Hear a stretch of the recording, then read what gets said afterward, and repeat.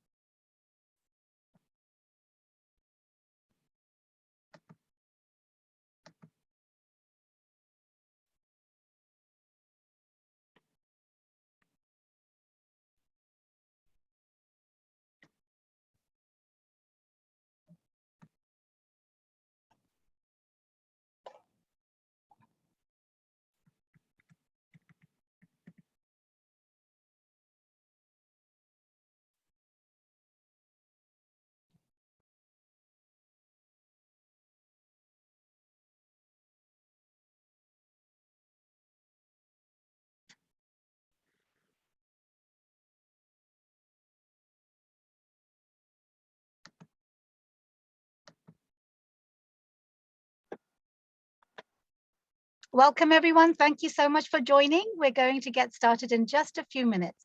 We're going to give enough time for everybody to jump onto this Zoom. So thank you for being here.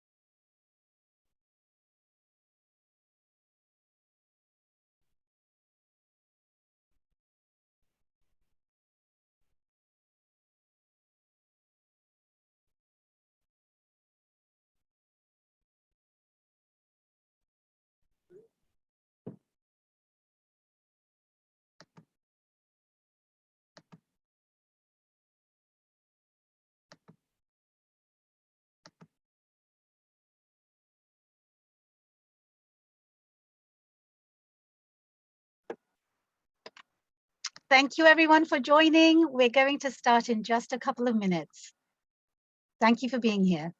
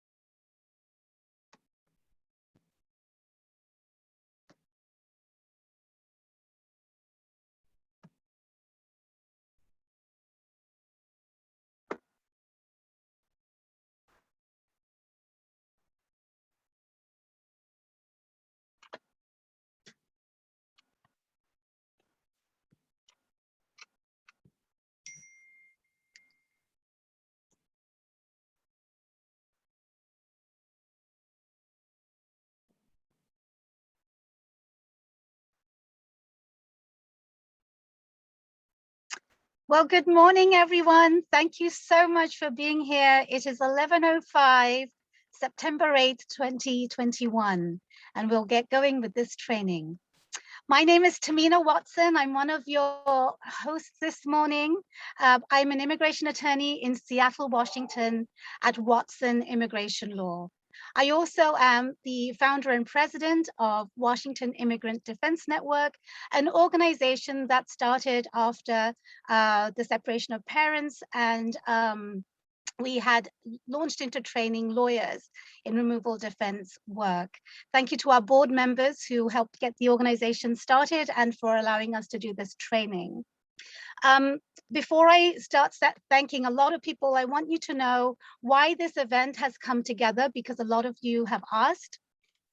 In Washington State, we have two organizations, among others, that were very much hands-on in the last few weeks, helping Afghan nationals, trying to get visas and trying to get them evacuated. As an immigration lawyer who was at the forefront in the last 4 years, I could see immediately that immigration lawyers would not be able to handle all the work that was going to come up. And having trained lawyers in the past, it was evident that we would need to train a lot of lawyers. And as we were planning this and thinking about what we do, I want to say a huge thank you to Tejas Shah, who you will hear from in just a moment, who helped initiate this program today. And what is evident from all of you that are here and all of you that will be listening to this later on, the need is not just in Washington State, it's all around the country. I want to take a moment to thank the South Asian Bar Association of North America, including Tara Raghavan and Mona Shah and Samir, who have worked tirelessly, including Cambria, who is our intern at Wyden, for really going above and beyond to make sure that this event was organized properly. Thank you to our co-sponsors, NAPABA, to the Alliance for International Women's Rights, CARE Washington, Watson Immigration Law, PARS Equality Center, and to Wyden and our board members. Thank you to all of you for being here, for the patience that you've shown us. I know we had a little bit of a confusing moment yesterday when a video link didn't work, but hopefully you got the link this morning. It wasn't compulsory, so hopefully you can catch up on that later on. But when things work in warp speed, sometimes things go a little bit awry. And so we are grateful for your patience.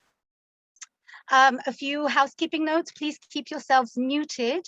You have been sent a schedule of the program, and we will start with the humanitarian parole section, and then we will go into special immigrant visa training, and there will be a chance for questions and answers afterwards. If you have questions for the panelists, please put them in the chat box for the panelists. You will also hear from two organizations in Washington that I mentioned earlier, so you can hear their insights. And at the end of this program, I'll come back and share what to expect next. The next speaker will be Tejas Shah. Thank you so much, Tejas. He's an immigration attorney and he will take the mic. Thank you so much, Tamina, and a huge thanks to you and your law firm, Watson Immigration Law, as well as your nonprofit Wyden Washington Immigrant Defense Network for really pulling all of this together. A huge thank you. We have well over 600 attendees, possibly over 700 on this webinar right now, and that really would not have been possible with the incredible work that Tamina and her team, and it also demonstrates really the depth of interest that all of us as lawyers have in this topic and the desire to really do something to help with a very heartbreaking situation. I'm the advocacy chair for the South Asian Bar Association of North America. I'm really pleased to be joined here by Tara Raghavan, who is our president-elect and is going to be speaking briefly at the conclusion of the program. Huge thanks, of course, to CARE Washington, NAPABA, the PARS Equality Center. Seema, thank you for taking a few minutes of your very, very busy schedule. I know you're not getting a whole lot of sleep to train up some more lawyers in this area, and also the Alliance for International Women's Rights. I stand between you and the program, so I'm going to keep it very, very brief. I wanted to introduce a video that Congresswoman Pramila Jayapal has recorded for us and will be sharing in just a moment. I wanted to also acknowledge a member of her staff. Pramila Pamela Figuera, who was kind enough to take a few moments to join us for this program. Thank you for being here. And let's go ahead and hear from Congresswoman Jayapal at this point.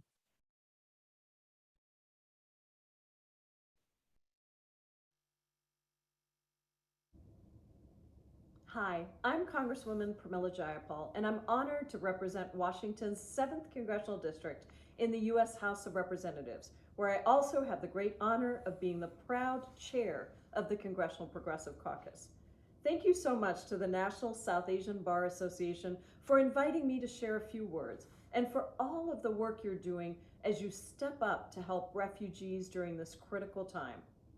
I feel a particular personal pride in watching the critical work of the National South Asian Bar Association because I am an immigrant born in India who came to this country alone at the age of 16 and went on to start the largest immigrant and refugee organization in Washington state. And then recognizing that we need more of us in elected office, in 2016 I became the first South Asian American woman elected to the U.S. House of Representatives.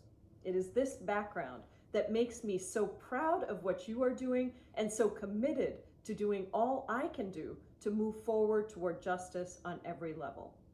In the last few weeks, my office has been working around the clock to do all we can to help evacuate as many refugees out of Afghanistan as possible and to resettle them in our communities and welcome them to becoming an integral part of the fabric of America, as so many of us have done ourselves.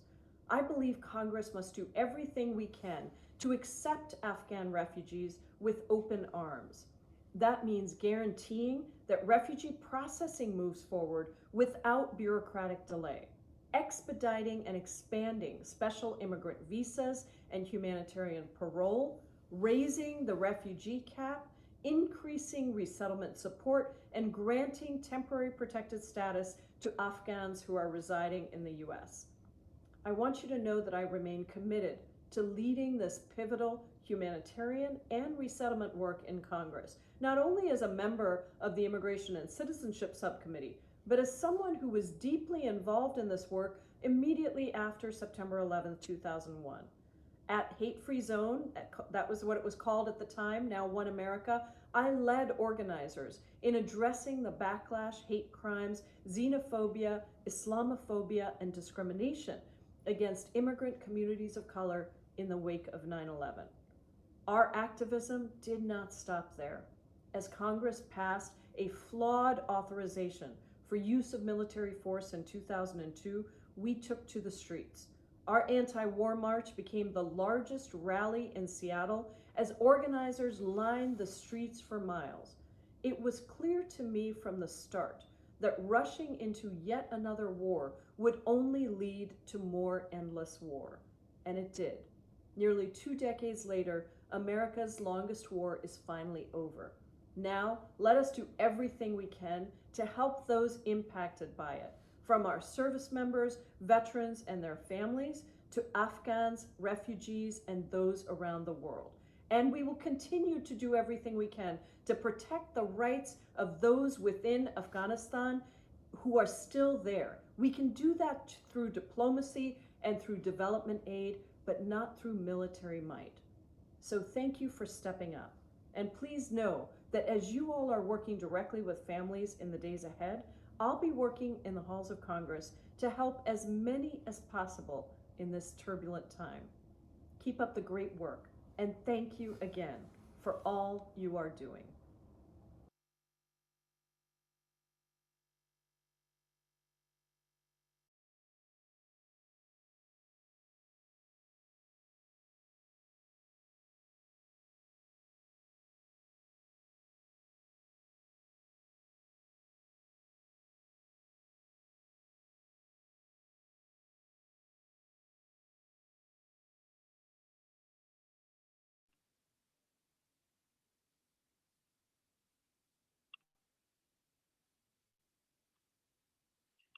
Okay. Hi, everyone. I'm sorry, I didn't know it was my turn. I'm really sorry. I thought someone else was going to do the welcome. Welcome to our webinar. We are really grateful, and I know that some folks were given a link to watch a video about humanitarian parole. I wanted to let you know that this is not going to be a repeat of that. We have some new material for you, and we are going to be speaking about filing humanitarian parole for Afghans, and then moving to Margaret Stock for the SIV section after this particular section. I'm Seema Alizadeh. I'm a senior immigration attorney at PARS Equality Center. I am the director of the PARS Afghan Support Project, and I am co-paneling on this particular section with Danielle Roche of the Roche Immigration Law and Jay Garrison. So we will be starting here, speaking about filing humanitarian parole for Afghans. So the humanitarian parole program is administered by the HAB, which is the Humanitarian Affairs Branch of International Operations, which is under USCIS and Department of Homeland Security. It's a discretionary authority that allows for the temporary entry of individuals into the United States for urgent humanitarian reasons or for significant public benefit. I'm going to be talking faster than usual because we have so much to cover. So we can just proceed. I'm not going to go deep into that. Who can apply for humanitarian parole? Anyone can make an application on behalf of someone who is outside of the United States and has an urgent need to enter the country. You don't have to be a family member or acquainted with the individual. Anyone can do that. Individuals may also self-petition for themselves if they're outside the United States.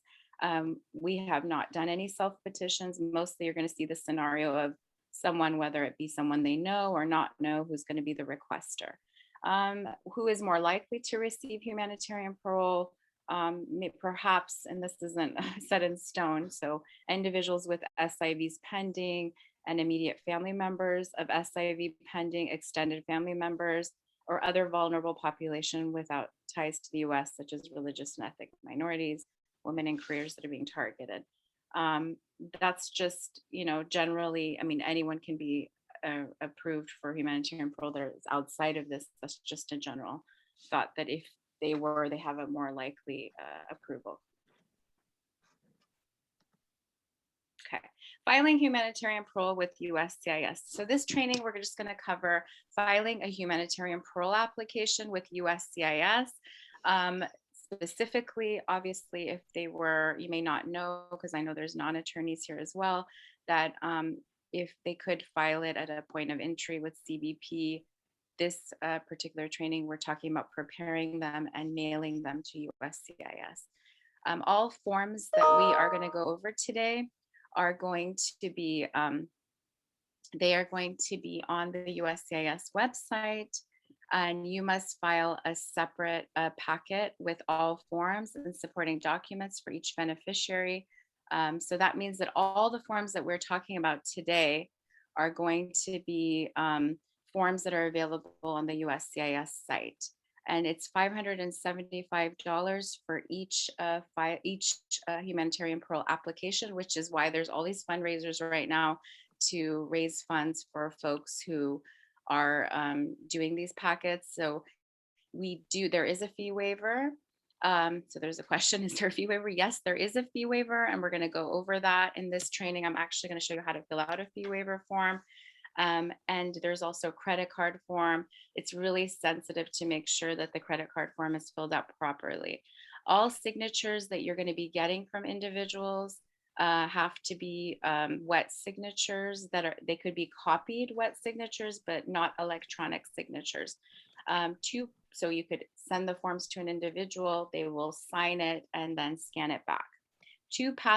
This is the tricky part, you need 2 passport photographs of the beneficiary, and you can utilize different online services, and there's more information about how does someone in Afghanistan really send you a photograph. It's ideal for them to send you a digital photograph because you're going to be using that photograph later on for the visa application.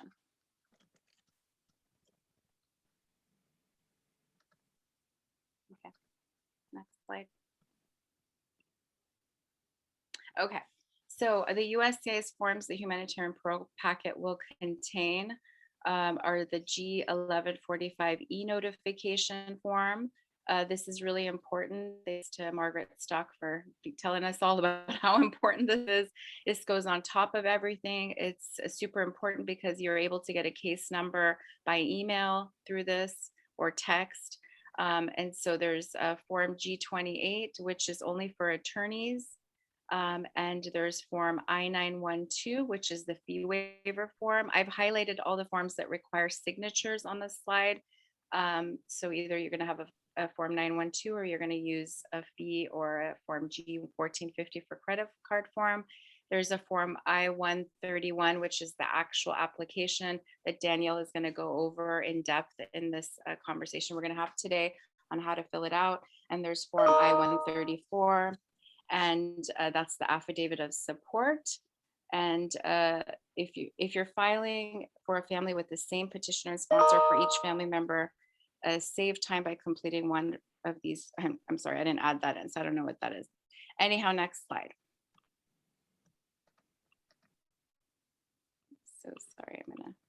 So I'll take it from here, talking about the I-131 and the I-134, what you're going to actually be preparing for the applicants. Sorry if I was blocking the screen for a while I tried to do some questions and answers while Suma was talking. But yeah, so once again, I just want to stress the fact that you are going to need every single form and a filing fee for each of your applicants. So if you have a family with children, even small children, they each need each of the forms that we're going to be talking about. The application packets can all be submitted together, but every single person needs their own fee, needs their own forms.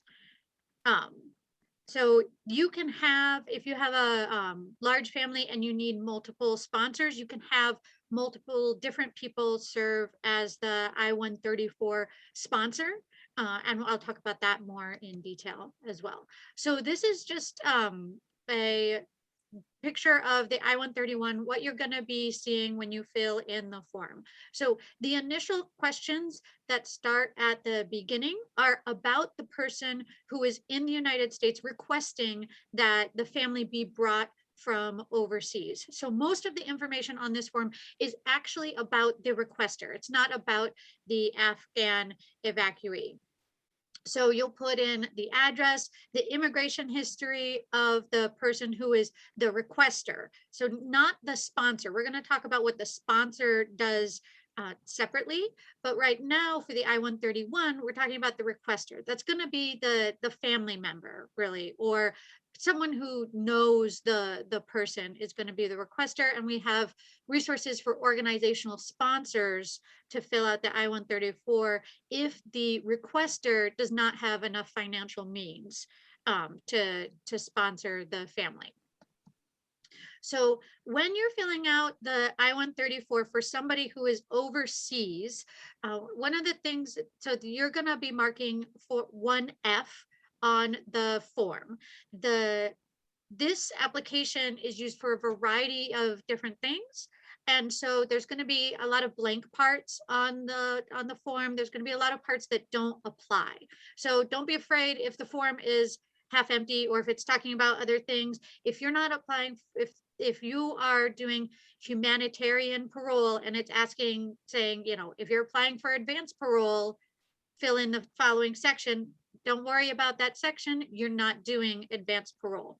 Also, a tip for filling out all of these quickly is that if you have a family of 7 people, if they all have the same petitioner, this second page is going to be the only thing that you need to individualize. So you're going to do I-131 for your petitioner, and then each additional person, you only need to change this page 2. So you can make it go really efficiently. These applications, the forms themselves are not super individualized to the beneficiary. That's your Afghan evacuee. They are more individualized for the petitioner. So you want to put the address of the person who is in, and either in, perhaps still in Afghanistan, and you're hoping that you're going to be able to evacuate them in some way, or they're overseas in a third country. You'll put whatever current address you have for them. We are getting some reports recently of applications being rejected if the person puts in that they have no fixed address. So you're gonna want to just put in the best address for them, even if you don't know whether that address is going to be their address 2 days from now. Just whatever address you have, go ahead and put that in here. For the processing intended date of departure, as soon as possible, you want the people here immediately. The length of the trip is, it's going to be indefinite. So on my applications, I put indefinite. SEMA puts duration of stay. DS is a term of art that USCIS and CBP uses for duration of stay. You can put a time period of 2 years, but parole is always renewable. So it is changeable by CBP when your person actually enters the country. So you might get a 2-year parole from USCIS, they get to CBP, CBP gives them 1 year. That's fine, as long as they have, the goal is just to get them into the United States. It's important to keep a note of the actual time that they are given at the time that they enter, not necessarily what USCIS says when they're granted. So just put in indefinite duration of status here. It doesn't control at the end.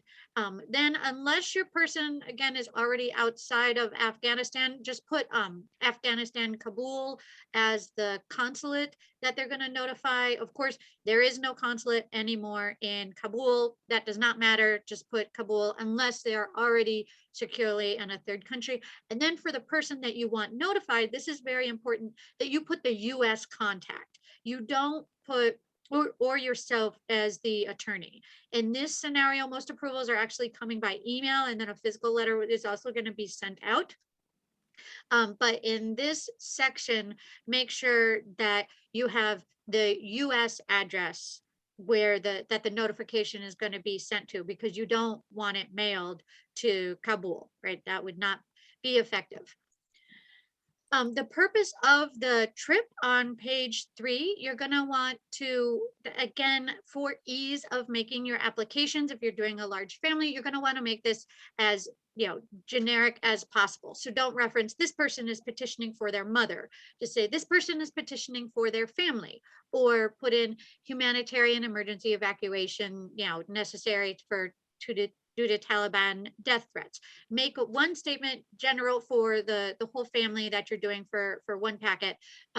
Each person needs their own individual forms, but they don't need, they can be the same for the most part, as long as the information about that individual is what's changed. Then, here's a section about refugee travel document that's not relevant. The section for, advanced parole, not relevant.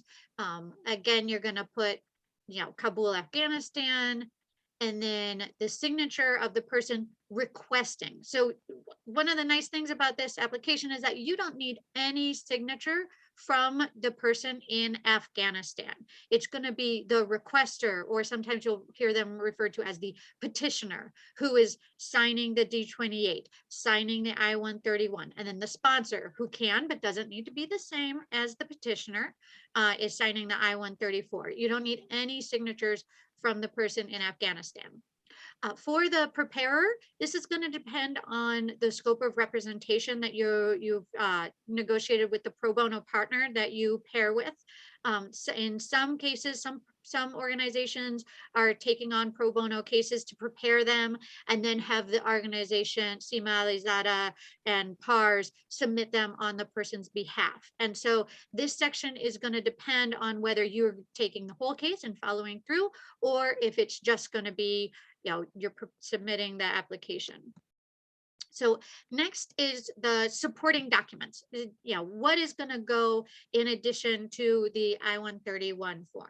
So every document that you submit, you have to have a certified translation, which is actually really easy. It doesn't need to be notarized. It doesn't need to be stamped and all this fancy stuff. It just has to have a statement on it that the person, that whoever's translating it is competent, and that, you know, they swear they did the, you know, translation to the best of their ability. You know, if the person doesn't, the beneficiary doesn't have a passport ID, that's waivable, but you do need to address it in your cover letter that they don't have a passport.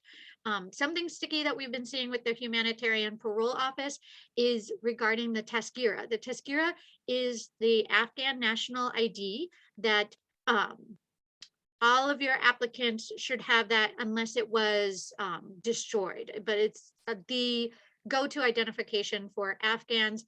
But the USCIS often wants to see a birth certificate, which is not a common thing for Afghans to have. So I always include what's called the visa reciprocity schedule, which shows USCIS what the Department of State says are valid documents for Afghanistan.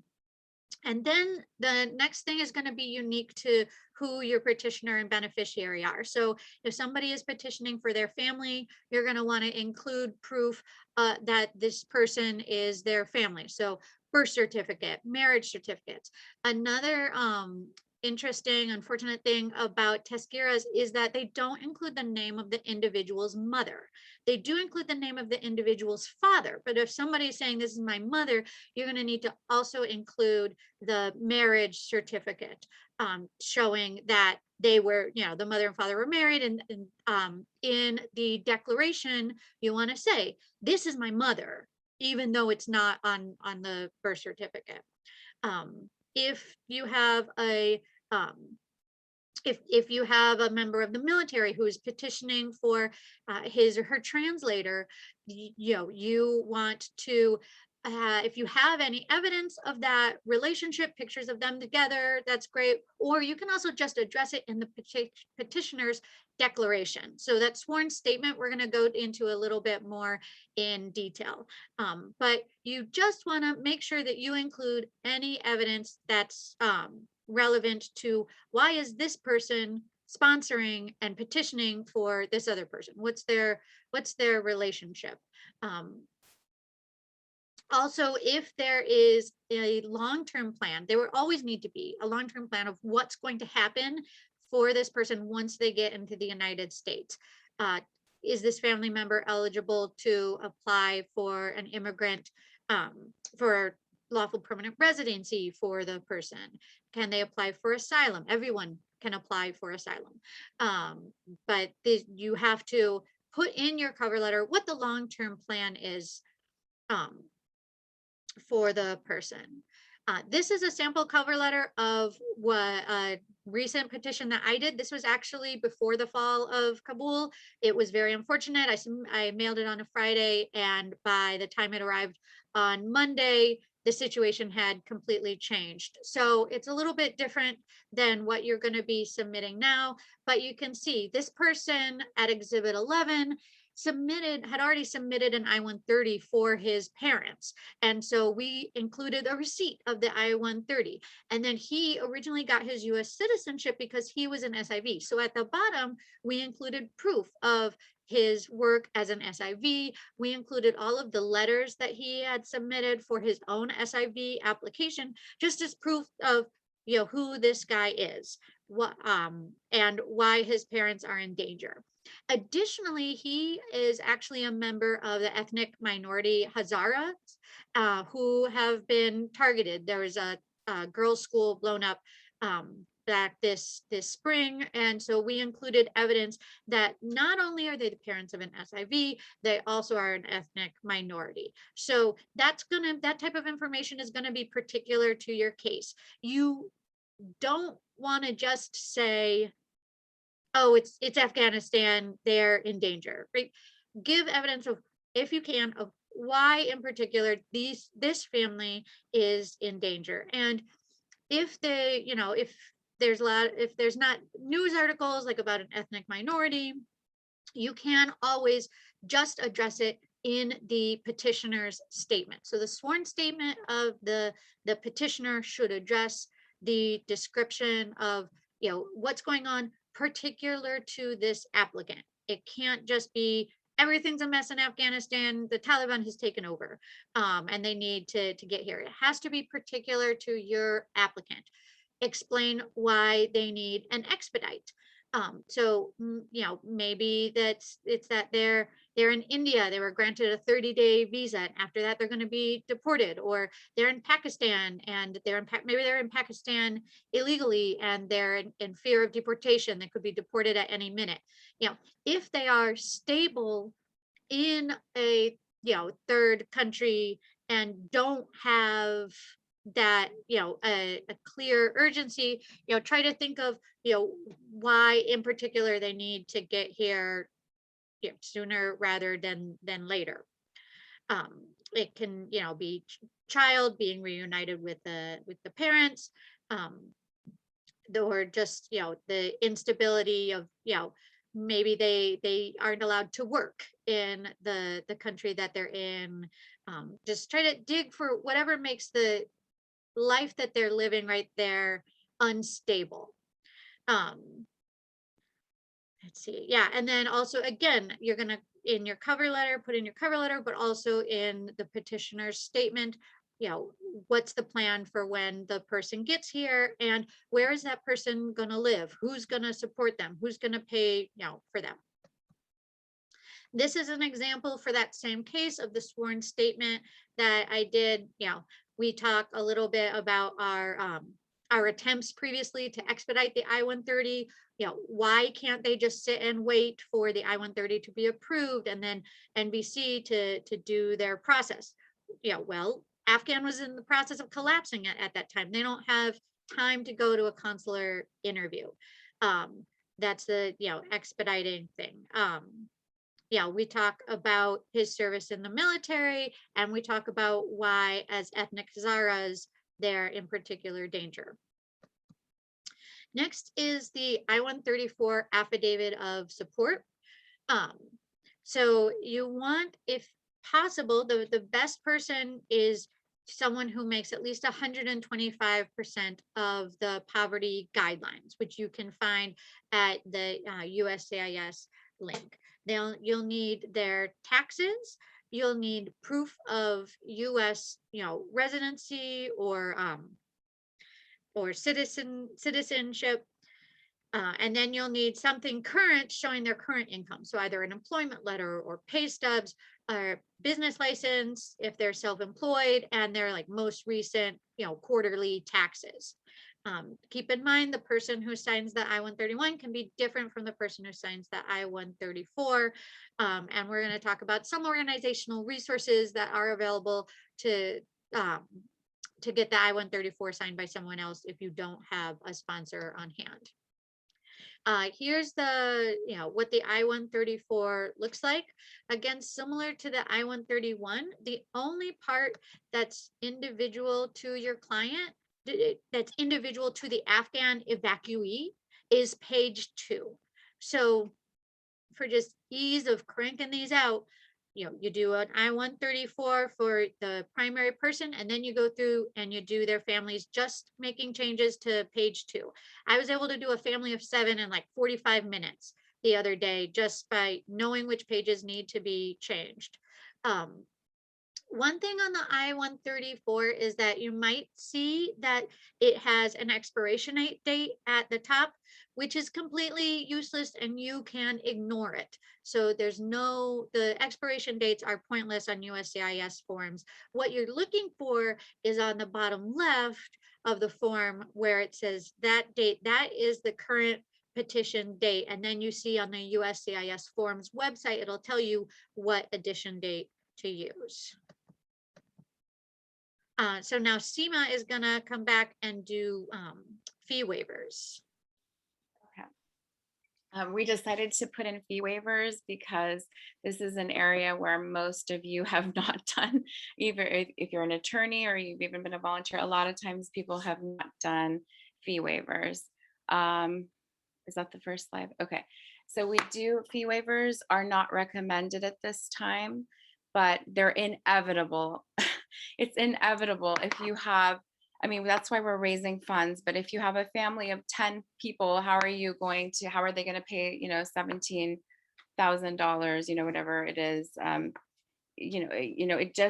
it's not 17,575, but how are they going to come up with this fee? We have heard rumors that you could put in one fee and put in fee waivers, and some practitioners are seeing success with that. But I do want to go over the fee waiver form because I believe that about 50% or more of you are going to be using it. Fee waiver form is on USCIS form I-912. It will create a delay. This is the question I get every day. Will it delay me? Yes. How much? I don't know. I'm just going to say 1 to 3 months potentially. I don't know. But in our usual practice, it is that. In this particular instance, we don't know, but it is going to create some delay. That's why we're preferring filing fees. Each, just as Danielle mentioned, each packet is going to have forms. You're not going to you can cross use this form by copying it. Once you have one I-912, all you're doing is copying it for each individual that's in that particular family or set. So there's going to be one I-912 for each packet. To qualify for a fee waiver, you have to be at or below the 150% of the federal poverty guidelines, or be receiving some type of means tested benefit. There's 3 bases to qualify for a fee waiver. And the third one, which is financial hardship, I highly don't recommend. Best practice right now is just the first 2.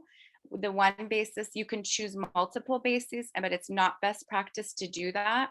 It's best practice to choose one basis so you don't have so much documentation. Receiving a means tested benefit, for example, I'm in California, we have CalFresh, which is a food stamps program. Excuse me, that is a 100% guarantee that your fee waiver will be approved. As long as you have current verification, I'm going to go over that. Income at or below 150% of the federal poverty guideline, which as you can see, there's a link here to access the I-912P, which has the federal poverty guidelines. If the income is verifiable on the taxes and it is below that, then they're going to be eligible. Okay, so next slide. Okay, so the attachments, I'm just going to be really brief in this section, and I do, please go back to the last slide. Yeah, the attachments, don't worry if this is going over your head, there's going to be links with all kinds of materials, checklists, samples, they're organized, so don't freak out. There are sample fee waivers, okay, and I have them, and I just created one last night, and I'll create more, and you can look at those. If you're going by means tested benefit, what we usually do is tell our folks, go get a verification of benefits letter from your social services department. During COVID, most of the social services departments, you're emailing them and they're emailing you back, or you're calling them and they're emailing you one. I mean, we usually get one in within a couple hours. Or they can actually go physically to social services office and get this, or if they have a recent letter from the agency that's giving them this benefit, such as cash aid, food stamps, Medicaid, if they have a recent letter that shows that it's within 30 days and it's very clear that they have the benefit, you can use this. But they can't use like a card that's like their Medi-Cal card or their insurance card. They won't be able to use that because they could have fallen out of eligibility. Basis, if it's income, we just spoke about that, the type of attachments to the fee waiver. The fee waiver has to have attachments. You can't just file a fee waiver form. So that's what we're talking about, the attachments for these 2 bases. So if it's based on income, the most ideal would be the recent 2020 IRS 1040 form. And if there's a little box, we're going to go over, if their income has changed, you're going to want a minimum of 1 month of pay stubs or a letter from the employer, payment transaction history to show, yeah, maybe I made more, but during COVID, I got slammed. I don't have money right now. So I'm only making this much right now, or I'm on unemployment. So if their income is not reflecting the current income on the taxes, there's ways to still show that their current income is below the 150%. Okay, that was a mouthful. Next slide. All right. I hope you guys are with me on this. Okay, there's all chopped up pieces of the form. Okay, we got the form I-912 here. This is the current form. Next slide. There's going to be lots of blanks on this form. So this is why I'm showing it to you. Most people do this wrong in clinics. You see this box, part 1 says, what's your basis for your request? You're going to choose one basis. Hopefully you could choose more as the instructions tell you. I typically will choose means tested benefit or the second one. We're avoiding have a financial hardship at this point. You could do that, but that requires lots of receipts and stuff. I just don't think for the conserving time that would be wise. So you're going to choose your basis, one of these, not you could pick both, but I don't recommend it. You choose one and then you submit. Next. Okay, you're going to put the information. This form, just to be clear again, it's a fee waiver form for the US requester or petitioner, whatever you want to term it, on form I-131. Okay, this is the US person. They're saying, hey, look, I don't have money to pay for the I-131. I'm filling out this form. Their name is going to go in here. Okay, their date of birth, their social security number. Okay, next. Okay. Then their information. Then you're going to get into box 3. This has to be filled out for each one. You're going to put the name of the person, the requester, their date of birth, self. They're filling out form I-131. You go down. Don't forget, if you don't check off one box, it could be denied just because that's why I'm showing it to you. You don't want to miss these boxes. Here it says total number of forms, 1. Okay, you're filling out 1 form there, because that's the form that needs the fee. The I-134, just to be clear, doesn't have a fee attached to it. That's why we're only putting 1 there. Okay, sorry, next slide. I hope this is clear. Okay, so means tested benefit. If you are going based on the basis of a means tested benefits being received, such as food stamps, you're going to list the name of the person. You're going to verify this by getting that verification from them. And I usually tell my client, I say, hey, look, when you're contacting them, ask them when you started the benefit. So I get the date. Sometimes the verification of benefits is different county by county. It lists the start date. I can't guarantee yours will. You're going to put the name of the person, the name of the agency that's listed on that verification of benefits letter. Could be like, Human Health Services. It could be Social Services Agency, CalFresh, and the date you can approximate. Don't worry about it. If they don't remember when they started it, approximate the date and then write current because they're currently receiving it. Next slide. Okay. So remember, if we're doing based on means tested benefit, we would skip part 5. We would have lots of blanks. These are very fast forms to fill when you have like food stamps or whatever. You're just filling out that box. So here you're going to have part 5. You will fill this section out, however, if you have income below 150%.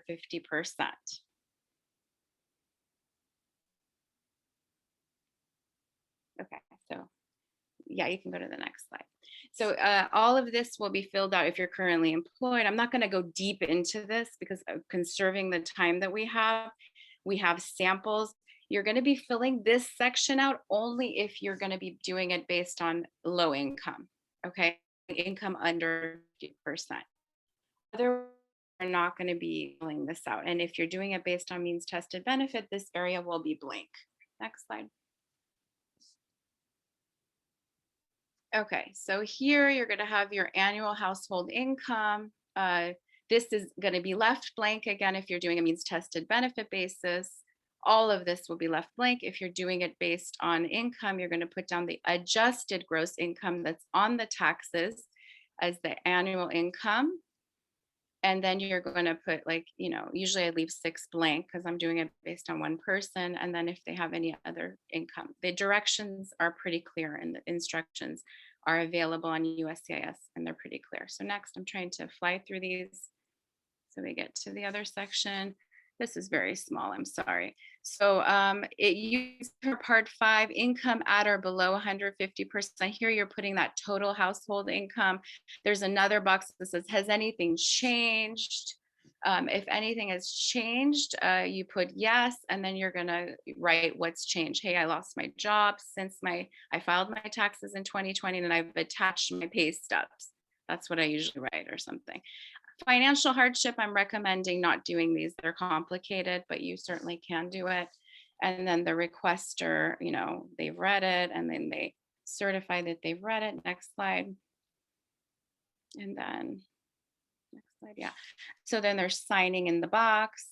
And then I know this is really confusing, all these family members' signatures, and if I don't do any of those. So you can read the instructions, why that's there, to include other folks who have household income included. Go ahead, and the next slide, I can barely read that. So it's family members, that family member section. What's important, you're going to skip that one. When you get to part 9, don't worry, everyone, there's samples of this. When you get to part, okay, I see where you are. So the family members, it's certification. I generally have this blank, and you can read in the instructions why. Next. Okay, so it says, did someone file this request, need an interpreter? Now, if you did need an interpreter, you would have to have a wet signature from an interpreter. That's where it gets complicated. And an address, and the preparer would be yourself. Okay, next slide. Oh, yeah, okay. On the top of part 10, go back to the last slide. That's really a box that everybody misses. I'm sorry, I have to show you guys. Part 10, you see up there where it says, was the same preparer used for all individuals requesting a fee waiver? Yes. And this is the information about Jane Doe, the preparer for. So don't forget this top part. Everybody misses it. So there's going to be samples, but fee waivers, you're going to have lots of blank boxes. That's what makes people nervous. Okay, next. Okay, so now we're done talking about fee waivers. If you didn't fully synthesize that and get it, don't worry, there's samples. Now we're talking about expediting. This expediting humanitarian parole, right now we've been told they're kind of all being expedited, supposedly. We do recommend that you write expedite request, and on the top right of your cover letter or the application, which would be the I-131, that you used a bold colored paper that says like Afghanistan humanitarian parole expedite requested. We have a checklist that tells you on the resources that you're going to get what order everything goes in. So don't worry, we're going over a lot of material. I don't want you to feel like you can't do one of these. They're actually very simple. Once you do it, there's a lot of replication involved. So don't worry if we sound like we're just trying to give you as much information as possible today. On the outside of the envelope, you're going to write Afghanistan humanitarian parole expedite request. Okay, so I guess it's time for Jay. I'm being told that I have to stop. Okay, is that right? Okay, I'm sorry, I don't pay attention to chat box, so like it looks like we went over time. Is the next slide related to something I was going to go over? I think it's super important. Yeah, this one is just what you're going to say. Dialogue is really important. You can look at this later, like how to explain what parole is. We have so much KYR. Go to the next slide. Don't worry. Go back to, there was a prior slide, correct? Yeah.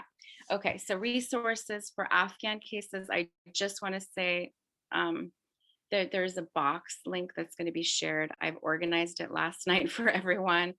I was up till 1:30 in the morning last night making this material for you guys, which is a checklist that you're going to be emailing to the Afghan, the US requester.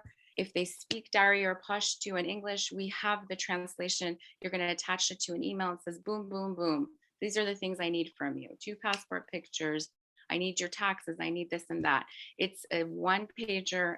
You can attach it to an email. We have a 1-pager KYR explaining in Dari, Pashto, English, what parole is. Use our resources. It's under community resources in that folder. You are able to communicate with the US person that's the requester and explain to them what's needed. It's a lot easier than trying to recreate the wheel. I'm sorry, I know that I'm out of time. So I just feel bad taking Jay's time here. If you run into, just quickly, if you run into someone who needs help and you're helping someone, and they're like, but what about my cousin? They're having trouble. There's a link and you can go to our Afghan support page on parsequalitycenter.org, and you can find the link to the intake form where we're actively assigning cases to volunteers. And the resource page on our website, I highly recommend. All these things I'm talking about are under humanitarian parole over there and inside that public folder. Next. Really sorry, Jay. Okay, this is really important. If you can download this app, it's a cool app. It's supposedly free. We've used it in our clinic. It pairs you with a translator. I think going forward, it charges $25 a month, but it's been free since I've used it. And the developer, had a crowdfund. It's an amazing app. If you do go with Parse Equality Center, we do match you with interpreters, but we ask that you could try this first. And if it doesn't work for you, we'll be happy to pair you with an interpreter. Okay, and this is Jay's section. So Seema out. Thank you so much. Greetings, everyone. I'm Jay Garrison. Once you have successfully received the approval notice from USCIS that the humanitarian parole application has been approved, you're ready for the next step because the case is not actually done. The next steps are to prepare the case to go to the US Embassy, ideally closest to where the applicant currently is. If your client is still in Afghanistan, this is the time where you're going to start talking about how to get out of Afghanistan and where can they get to. When you go and prepare the application for the embassy, one of the first and possibly most onerous steps is to file the DS-160 online. You really want to make sure that you save the AA number that gives you at the beginning of it, as well as your client's information right at the start, so that if the form kicks you out for any weird software reason, you are prepared to go through and upload it and keep working on it. That form is known for kicking people out repeatedly and obnoxiously. In fact, I tried to take screenshots for this presentation and it kept kicking me out. I strongly recommend that you go ahead and do a dry run on it because you do want to have all the answers prepared beforehand. And typically, if you wait more than 3 to 5 minutes between answers on each page, it will log you out of it automatically. The other things to keep in mind is when you are converting dates, which are very important for the DS-160 because it contains a lot more biographic information about the individual, to make sure you've done so very carefully because Afghans use the solar history calendar and it can really mess up the case if it's not converted properly over to the Gregorian calendar. Additionally, when you're filling out the form, if it's for parole purposes, you'll want to mark it as parole beneficiary, which is PARSIS, Parole CIS, and provide as well all the petitioner and financial sponsor information on it. It is acceptable on the form if you do not know something to click do not know, which is available on many of the questions, as well as to mark off unknown addresses and as writing unknown street, because a lot of countries like Afghanistan do not necessarily have specific street addresses. Next slide. Next slide. Thank you. As mentioned earlier, passport waivers are available. So the person does not have a passport and the DS-160 is asking for the passport. You can put in other and select the national identity card with a tazkira. If they do not have a tazkira, you will write why not and other information about it. It is also extremely important to make sure you provide social media and any online information if they have a digital presence, because the government will look for that and will hold it against them if they do not provide it.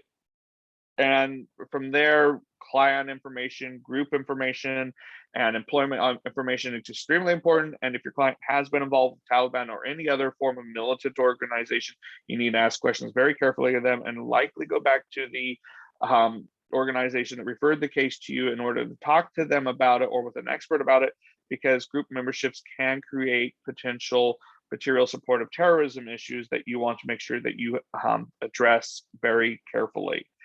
If your client changes location anytime after you prepare the DS-160 and is not able to get into the country that the DS-160 was prepared for, you will need to complete a new DS-160 for the new location. Next slide, please.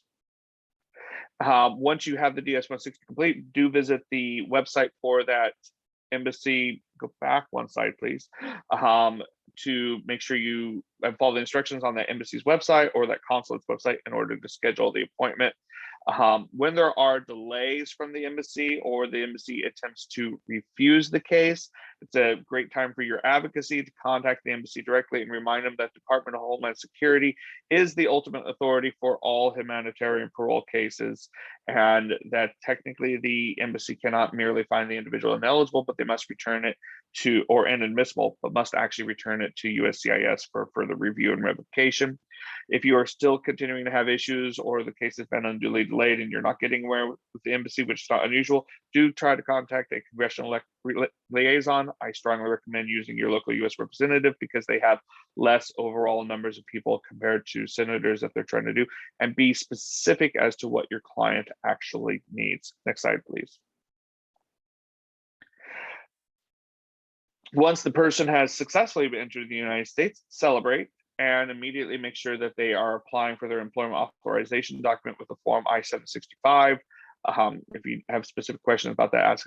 Most of the information that you would have answered in the other forms will be provided in that. And remind your client to be sure that they have vaccinated for COVID within 7 days of arrival, because that is now required. You may also want to counsel them to pursue other benefits or to seek out other counsel to pursue other immigration benefits, because the humanitarian parole is actually temporary. If they are applying for asylum, they must do so within 1 year of entering the United States. They must actually file and submit the application. Next slide, please. Now we're going over to Margaret Stock, an attorney and retired lieutenant colonel. She is amazing on all things SIV and military. So go for it, Margaret. Okay, and are you going to be advancing my slides? I guess Yeah, so. Margaret, I'll take care of the slides for you. Okay, so I always start off with the starfish story. We're all overwhelmed right now, and there's thousands of people asking for our help.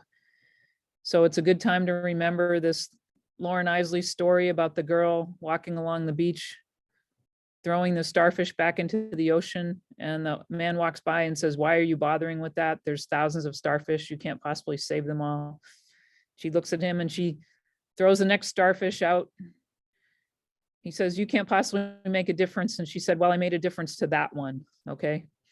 So you're all going to make a difference to some starfish from Afghanistan here.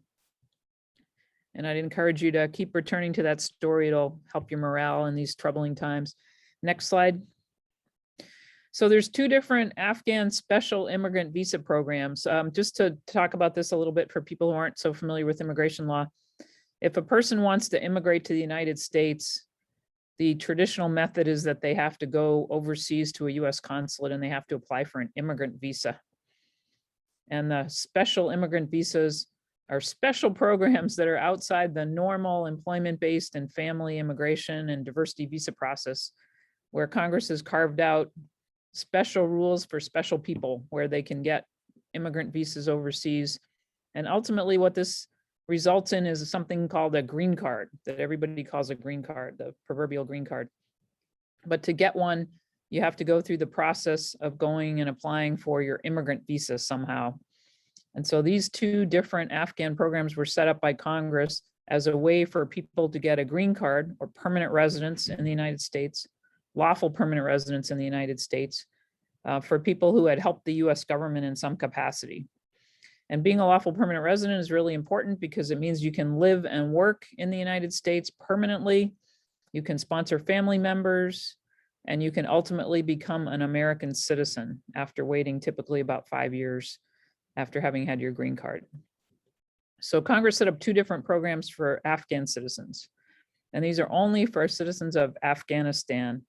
They set up two programs also for Iraqis, and the programs overlap. So the first one that we're going to talk about is the translator program. This was set up for both Afghanistan and Iraq, but you have to be a citizen of one of these countries. So if you were a Somali working in Iraq, this doesn't qualify you. You have to actually be a citizen of Afghanistan or Iraq. First program, we call it the 1059 program because that was the statutory provision, section 1059. And this is only for translators and interpreters. So people who specifically did translating and interpreting in a foreign language. There's only 50 visas issued per year. And you must be a citizen of Afghanistan or Iraq. You must have worked directly with the US Armed Forces or the chief of mission, that's somebody at the State Department in the country, as a translator or interpreter for at least 12 cumulative months. And you must have a favorable written recommendation from somebody really high up, a general or a flag officer, that's an admiral in the Navy. The person has to be in the chain of command. And then you can also get one from the chief of mission at the embassy where you worked. So this is actually a pretty limited program because it's only 50 visas per year, but it is out there, and people who worked as translators or interpreters for the US government should think about applying through this program. Okay, next slide. Then there's the more popular section 602B. This is for people who are employed by the US in some capacity, and this is a much bigger program. A lot of people have already applied through this program, but there are also people who thought for whatever reason that they were going to have plenty of time to apply for it and they never got around to doing it. And so now they're applying for it all of a sudden because the war, the Taliban has taken over Afghanistan and they no longer have any, they're afraid now and they want to come to the US. So there's two categories of people who've applied previously and people who have not applied previously. And you may be running into both of them. So you just want to pay attention, because always ask people, have you already applied? Something happened with your application, or are you a brand new person? If it's a brand new person, the person must meet all of the following requirements. The person must be a citizen of Afghanistan, employed in Afghanistan for at least 1 year by the US government or by a contractor with a contract for funding from the US government, or with the International Security Assistance Forces, ISAF. The person must have provided faithful and valuable service. And then the person must face an ongoing serious threat because of the person's work. This last one used to be a big deal where people had to prove that they were actually being threatened, but it's not that hard to prove now. There's plenty of material out there about threats to people that work for the US government. So that's become easier to show in recent months. If the person's already applied, there's different requirements that can apply to them. So you want to look at those cases very carefully, and I'll talk a little bit more about that later. Next slide. First thing to know about these SIV programs, Congress is always changing things. I've been watching these programs since they first came out in 2007, and every year there's something new. So you always want to check on the latest version of the law. On July 30th, 2021 was the most recent change to the law.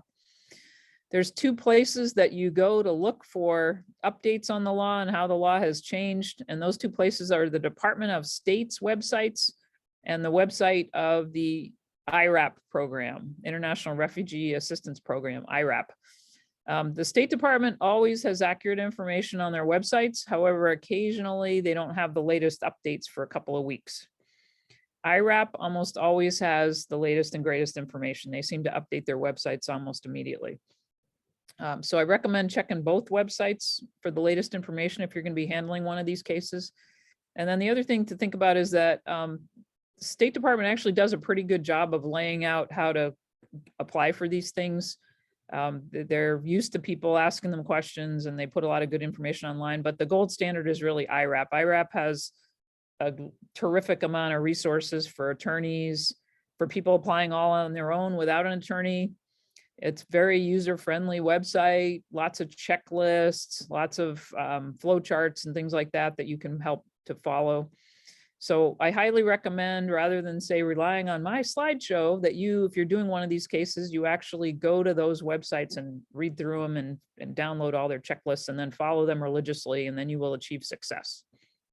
The key changes, though, that happened in July were that it used to be you had to work for the US government for 2 years, and they reduced that to 1 year. Previously, if the person who worked for the US government had died, that ended the eligibility for the spouse and the unmarried children under 21. That's no longer the case.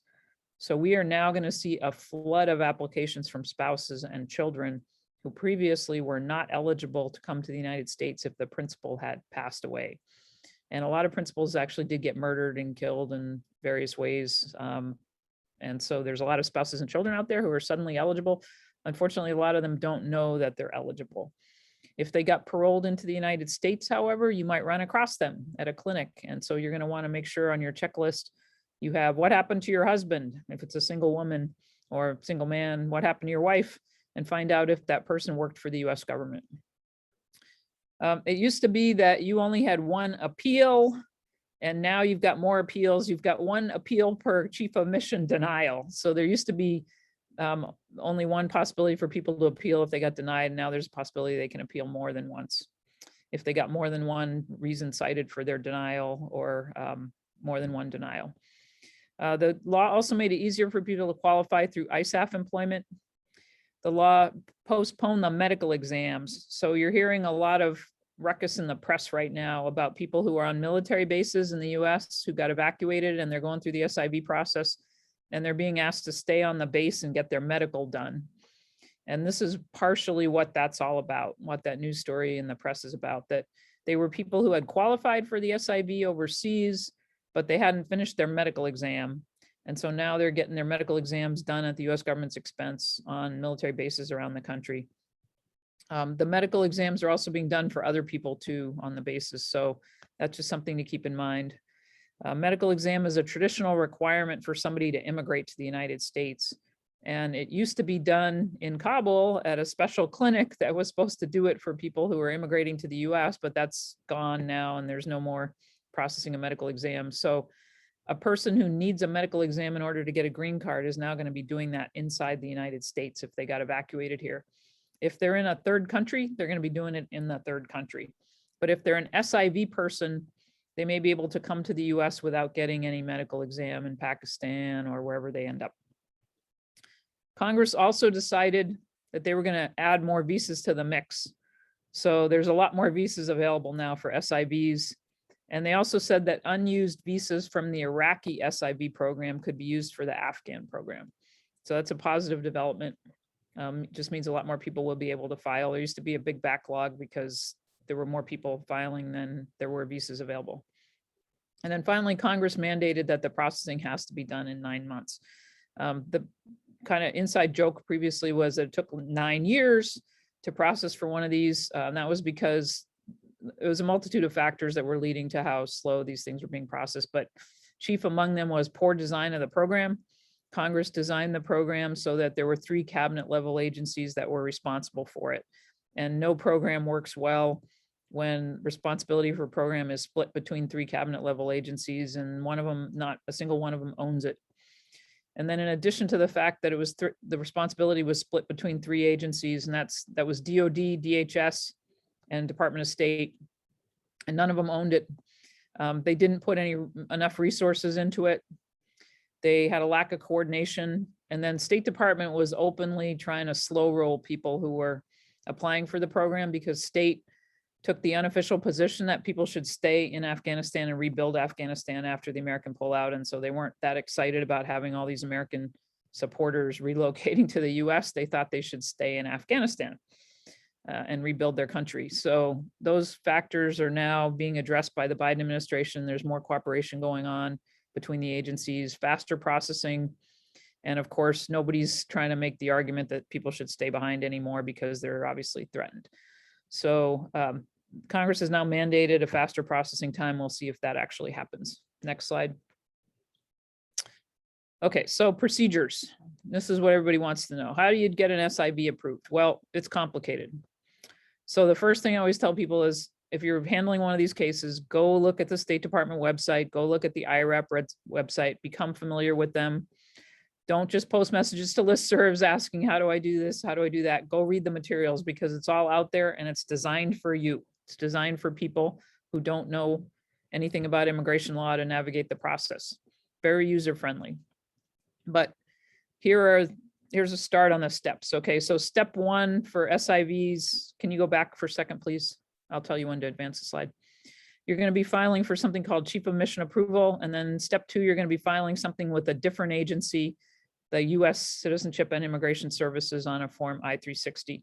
And there are instructions, and I posted the links, and I think everybody's going to get these slides, so you can click on these links and you can get to the guides for how to do this. Next slide. Okay, so step 1, Chief of Mission Approval. So Chief of Mission is State Department, basically. And of course, there's no chief of mission in Kabul right now, but they still have the website and they still have email addresses. And you get to email your request. So it doesn't matter that there's nobody in Kabul anymore, because there is somebody at the State Department who is accepting the emails that are going to the chief of mission Kabul for people applying for SIV. So if you go to the DOS and IRAP website and you follow the instructions, they'll tell you to email all your documents to a specific email address. And among those documents are a human resources letter, which verifies your employment, a recommendation letter from your supervisor, and proof that you worked for a company that had US government funding. Now, I tell you to go look at the websites because they have a checklist of exactly what you need to do. And there's too much information on the checklist to post here in a PowerPoint slide. And also, if I told you everything on the checklist right now, it would be in one ear and out the other. So right now, I just want you to absorb the idea that step one, you're going to apply for COM approval, and you're going to do that by going to either the State Department or the IRAP website or both, and following the instructions and submitting everything by email to the specified email address. Next slide. Once you get the chief of mission approval, the next step is to file an I-360 with USCIS. Now, for those of you who are immigration lawyers, there's no fee for this. You don't have to pay for this. Yay. Okay, you don't have to worry about a fee waiver. You just file the form. You will, once again, you're going to check the State Department and the IRAP websites for the latest information.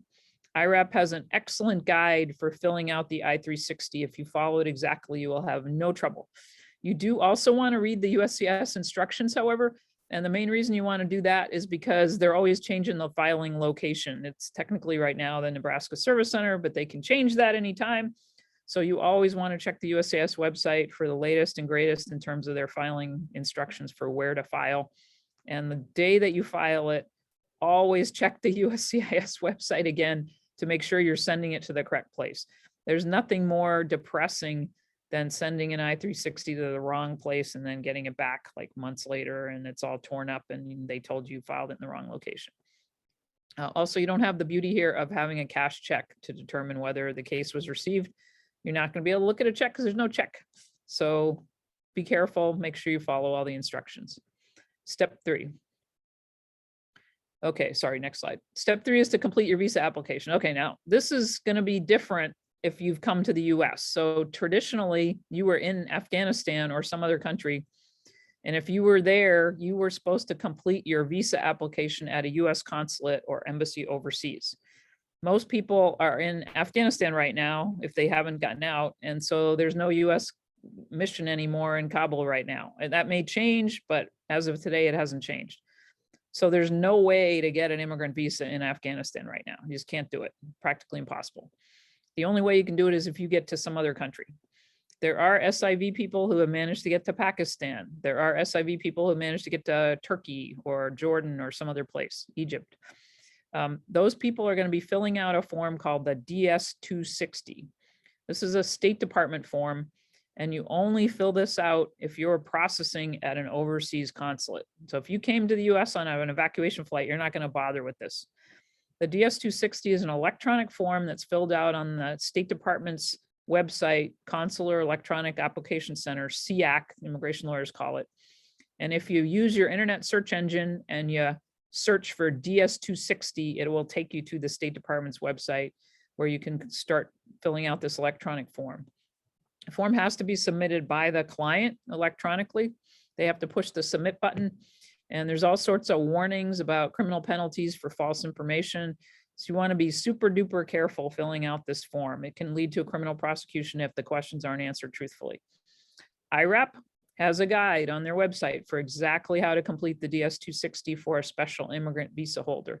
And so you want to follow their instructions. They have really great information. They'll tell you exactly what to do. And again, if I told you today, you'd forget it all. So I'd say pull down their guide, have it next to you when you're having your client fill out the DS-260. I usually do this if my client's overseas. I do it by using Join Me, and we share a screen and we log in together and we review the DS-260 together. And then I have the client hit the submit button when it's time for us to submit it. If the person's been evacuated to the US, as thousands of SIV people have been, then they don't have to worry about the State Department anymore. They're going to forget about the DS-260. There's no more DS-260 to worry about, no more electronic submission. Instead, What they're going to be doing is filing a form called an I-845 with the United States Citizenship and Immigration Services. Now, if you're not an immigration lawyer, you're going to want to consult with somebody who is before you submit Form I-485, because it's not, you don't submit just one form. There's actually a packet of stuff that has to be submitted with the Form I-485. And an immigration lawyer is going to know what to submit with the 485. So for example, with the 485, you're going to submit an I-693 medical exam. You're going to submit an I-765 request for work permission. You're going to submit an I-131 request for travel permission. You're possibly going to submit other forms depending on your particular situation. Maybe there's a ground of inadmissibility that you have to overcome or something. But basically, I don't have time today to school everybody in how to file a 485. I just want you to flag that it's complicated. It's not just one form. And then the form itself is very, very complicated. It has more than 80 questions on it that have to be answered truthfully under penalty of perjury under the laws of the United States of America. And some of them don't even make any sense to educated English speaker. They're questions that are written in legalese language that only immigration lawyers understand. So if you get to this stage and you're not an immigration lawyer, you want to consult with somebody who can talk you through the 485 and how to help somebody fill out a 485. It's very, very complicated, and potentially they can be denied if they don't answer all the questions truthfully. People from Afghanistan are going to have trouble with a lot of the questions on the form. And you have to be super careful to watch out for material support to terrorism, grounds of inadmissibility, and things like that on the form. So again, consult with an immigration lawyer if you're going to be filling out a 485 for somebody who got paroled into the US, but previously had an approval of an I-360 and a chief of mission approval. Okay, next slide. Okay, so step 4 was attend your interview. I say was because most people are no longer going to interviews overseas. The ones who've been paroled into the US are not going to be doing it overseas anymore. So previously they would go to a visa interview at a US consulate outside the US, and IRAP had a guide to how to prepare for that interview because people always went to it without lawyers. Nobody had a lawyer with them at the interview for the most part. The ones that got evacuated to the US and are filing Form I-485 are probably going to have an adjustment interview inside the US. And that will be at the local field office where they live. So if they got evacuated to North Carolina and ended up living with some American family in North Carolina, you know, because they got paroled in, they're going to be maybe going to the Raleigh-Durham field office. If they end up in the Seattle area, they're going to go to the infamous USCIS office on Tukwila Boulevard near the airport for their interview. But basically, they're going to be interviewed all over the country. And they're probably going to be interviewed by people who are completely unfamiliar with the SIV program. So they're going to need to be carefully prepared for the interview, and lawyers can go with them or at least be present on the telephone during time of COVID. And lawyers can be really, really helpful to people at an interview in terms of telling the local officer who's completely unfamiliar with the SIV program what the requirements are for the program. Okay, next slide. So this brings me to the end. I just want to remind everybody we're saving a lot of people's lives here. They will be eternally grateful to you. I've processed a lot of SIV cases myself over the years, and the clients are invariably extremely grateful. They really feel like you saved their lives when you got them approved for a special immigrant visa. And I've gotten so many of them through now at this point in my career that a lot of them are becoming American citizens. I had the great pleasure a couple days ago to get a former SIV that I'd helped him get a green card years ago send me a picture of himself and his wife getting sworn in as American citizens. And they texted me with the picture, and they were really, really, really proud and happy to be Americans. So this is a really wonderful group of people. They're going to do great things for America, and you should be proud to be stepping up and helping them out. Next slide. That's it. Okay, Q&A now. Margaret, thank you so much. And thank you to each and every one of you for the incredibly wise and expert information that you've shared. We have 10 minutes for questions. There are a lot of questions that are in this chat box here in the Q&A. I'll just go to the top and start reading some of these, and then whichever panelists just jump in. So here we go. From Angel Jacob, no, that's been answered. So Christina, Thank you. I am with US NGO, not attorney. Stefan DC got me connected. We have a list of 117 individuals who qualify for SIVP2 that we've been working around the clock with. Is there any way that my name, NGO, could be on the list of attorneys who have offered to help? That would be amazing. I'll take that very quickly. Christina, I am going to be talking about where this registration list will be going. And CARES Washington will also be talking about that. So maybe we can talk offline about this list that has just been created today. From Sumaya, the question is there any chance the administration will waive these fees at least temporarily? Margaret, any thoughts?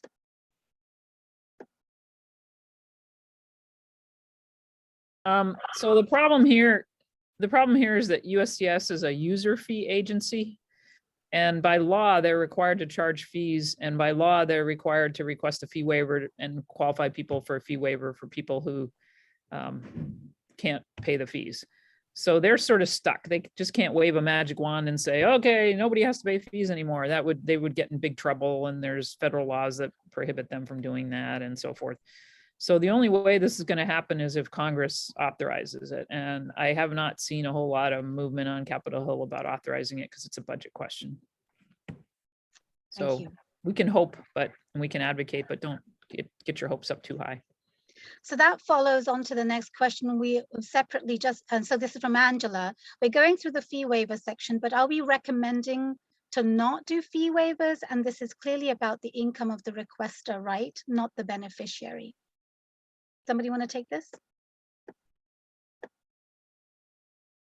Seema?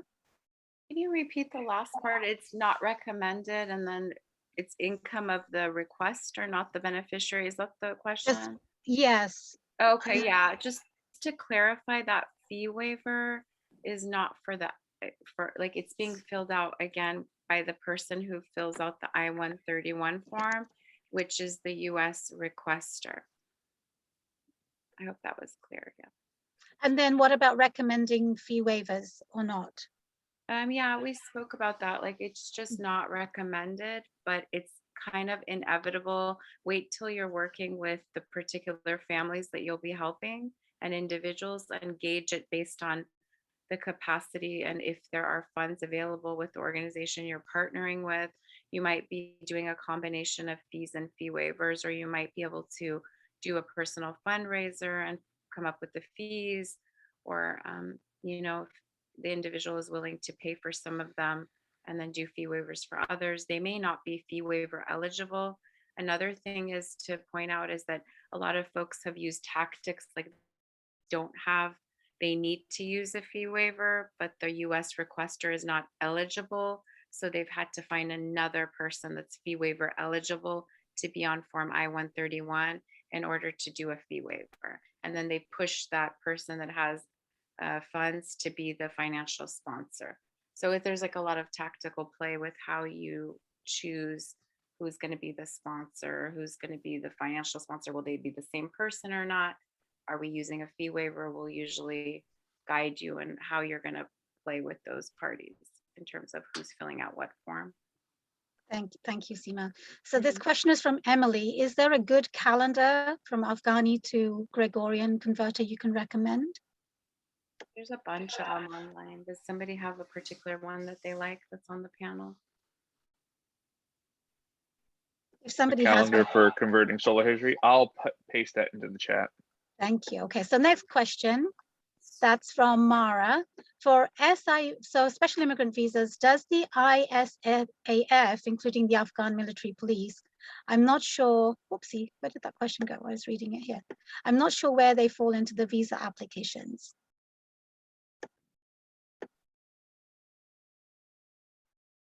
Okay, so they don't fall into SIV unless they meet the requirements for SIV. Many of them don't meet the requirements for SIV, but they could meet a requirement for some other visa category other than SIV. So they could apply for asylum, and once they're granted asylum, a year later, they can apply for a green card. If they're paroled into the United States, they can apply for asylum.